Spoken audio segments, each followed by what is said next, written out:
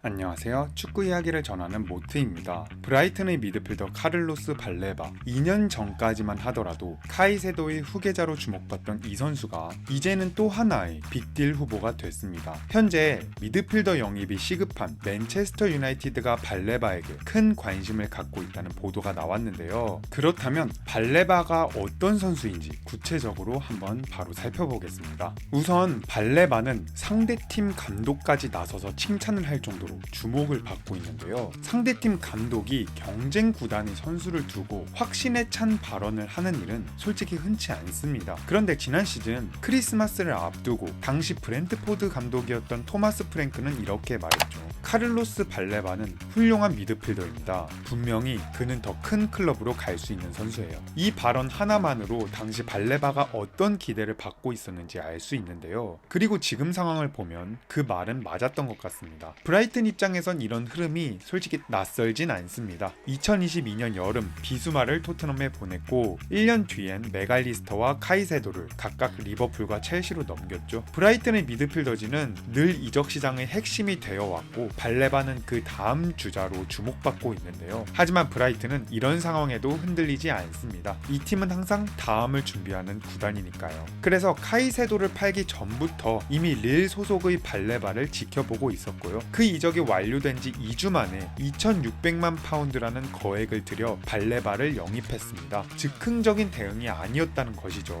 브라이튼은 이미 알고 다음을 준비하고 있었습니다. 카이세도라는 이름 뒤에 곧 또 다른 이름을 붙여야 할 시간이 올 거라는 걸요. 물론 처음부터 모든 게 완벽하진 않았습니다. 발레바는 당시 19살, 프로 무대 출전 경험도 20경기 남짓뿐이었습니다. 솔직히 EPL이라는 무대에서 바로 적응하기에는 나이도 경험도 갖춰지지 않은 선수였는데요. 하지만 브라이튼은 그에게 기회를 줬고 그는 점점 자신의 이름을 알리기 시작했죠. 전 감독이었던 데제르비 감독 아래에서 1년 차에는 유로파 리그를 포함해 37경기에 나섰고요. 이번 시즌에도 새로운 감독 체제에서 핵심 미드필더로 꾸준히 중용되고 있습니다. 그리고 경기를 치를수록 무려 3명의 서로 다른 파트너와 함께 중원 조합을 소화했는데 너무 잘 소화했었죠. 그 사이 브라이튼은 또 한 번 중원을 정비하고 있었습니다. 2억 파운드를 들여 9명을 영입했고 그 중엔 발레바와 함께 뛸 미드필더도 포함되어 있었죠. 비퍼르, 맷 오라일리 그리고 새로운 유망주들까지. 이런 흐름만 봐도 브라이튼이 왜 완벽한 영입의 정석이라 불리는지 알 수 있습니다. 그리고 그 중심에는 발레바가 있고요. 그럼 이번에는 카이세도와 발레바를 비교하면서 플레이 스타일을 조금 더 구체적으로 살펴보겠습니다. 발레바는 카이세도와 닮은 점도 있지만 실제로는 전혀 다른 유형의 미드필더인데요. 발레바는 빌드업 상황에서 확실히 팀의 첫 연결고리 역할을 맡고 있습니다. 루이스 덩크로부터 받은 패스가 131회, 파트너인 반 헤켄은 106회, 두 수비수와의 연결 빈도가 압도적이죠. 이 특징은 패스를 받는 히트맵에서도 그대로 나타납니다. 왼쪽이 발레바, 오른쪽이 카이세도입니다. 발레바는 자기 진영 깊숙한 지역과 센터 서클 바로 앞에서 그 사이에서 패스를 자주 받는 모습이 뚜렷하죠. 즉 센터백과 1차적으로 연결된 뒤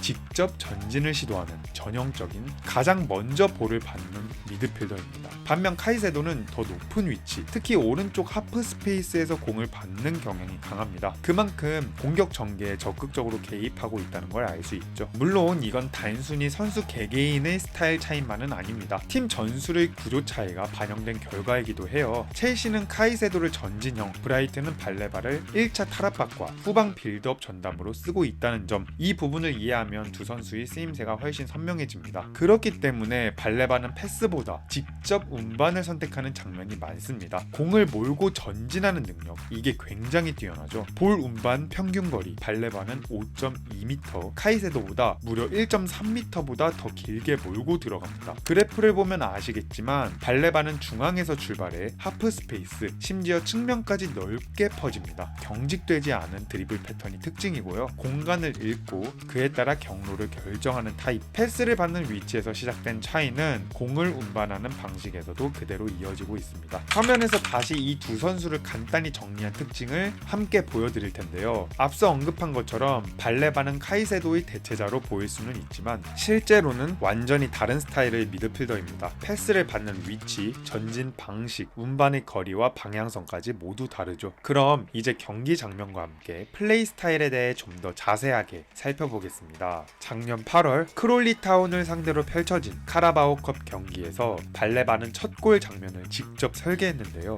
자기 진영 수비 라인 근처에서 공을 받는 상황에서 옆에는 아담 웹스터가 있었기 때문에 정석대로라면 가볍게 측면으로 흘려주는 패스를 선택할 수도 있었죠. 하지만 발레바는 그 선택을 하지 않았습니다. 순간적으로 압박을 피하며 곧장 공을 몰고 센터 서클을 통과해 앞으로 전진합니다. 상대는 미드필더 2명으로 전방 차단을 시도하지만 발레바는 방향 전환과 템포 조절로 이를 벗겨내죠. 그리고 계속해서 전진하는데요. 공간을 살피면서 왼쪽에서 안쪽으로 파고드는 아딩그라를 포착합니다. 순간적으로 수비 라인 사이의 틈이 보이자 그 타이밍을 놓치지 않고 정확한 속도로 킬패스를 넣어줍니다. 아딩그라는 그대로 돌파에 성공했고 브라이튼은 이 장면을 통해 경기 첫 골을 만들어냅니다. 이 장면 하나만 봐도 발레바가 단순히 후방에서 공만 받아주는 선수가 아니라는 걸 알 수 있죠. 중앙에서 드리블로 탈압박, 그리고 전방으로 결정적인 패스, 빌드업, 전진, 찬스 메이킹까지 모두를 이용하는 장면입니다. 그럼 이제 발레바의 수비력과 공격 기여에 대해 카이세도와 비교하며 살펴볼 텐데, 수비적인 측면에서는 두 선수 모두 공이 없는 상황에서도 매우 적극적인 모습을 보여줍니다. 좀 더 구체적인 수치로 넘어가 보면 공중볼 경합 승률은 발레바가 67%, 카이세도는 51%로 발레바가 앞서고요. 반면에 트루 태클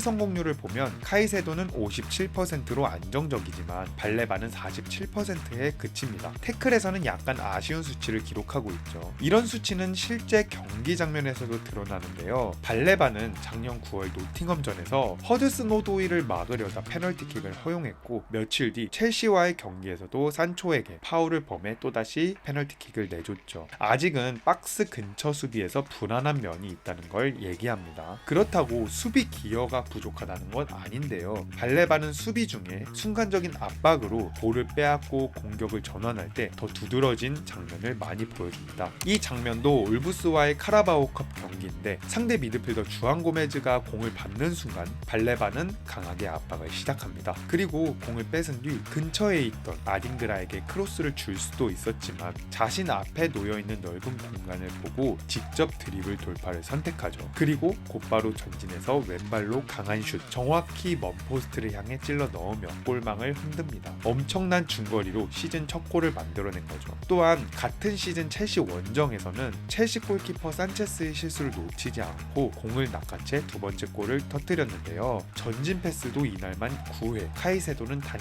2회였습니다. 드리블 돌파도 발레바가 4번, 카이세도의 2배였고요. 다만 아쉬운 점도 분명 존재합니다. 뛰는 포지션을 고려하더라도 공격 포인트 생산 능력은 아직 부족한 편인데요. 브라이튼에서 뛴 지난 2년 동안 모든 대회를 통틀어 기록한 공격 포인트는 4골 2어시, 카이세도와 비교하면 이 부분은 확실히 아쉽죠. 하지만 앞서 보여드린 것처럼 카이세도가 이미 수비형 미드필더로서는 솔직히 완성된 퍼포먼스를 보이고 있다면 발레바는 아직 미완성에 가깝지만 분명히 성장 가능성과 공격 기여 잠재력을 갖추고 있습니다. 바로 그 점 때문에 메뉴를 포함한 여러 빅클럽들이 주목하는 이유라고 생각하는데요. 다만 문제는 이적료입니다. 브라이튼이 발레바의 이적료로 요구하고 있는 금액은 무려 1억 파운드. 협상을 통해 일부 조정은 가능하겠지만 이미 셰슈쿠 영입에 상당한 자금을 쓰게 된 메뉴 입장에선 발레바 영입이 쉽지 않은 딜일 수도 있습니다. 그래서 이 이적이 정말 성사될지는 조금 더 지켜볼 필요가 있을 것 같습니다. 하지만 지금 당장은 아니더라도 프랭크 감독이 앞서 언급했던 것처럼 미래에는 무조건 더 큰 클럽으로 갈 확률이 매우 높겠죠. 오늘 영상에서는 지금 유럽 축구계에서 가장 주목받고 있는 미드필더 중 한 명, 브라이튼의 카를로스 발레바에 대해 살펴봤습니다. 오늘의 영상은 여기까지고요. 끝까지 시청해주신 분들 너무 감사합니다.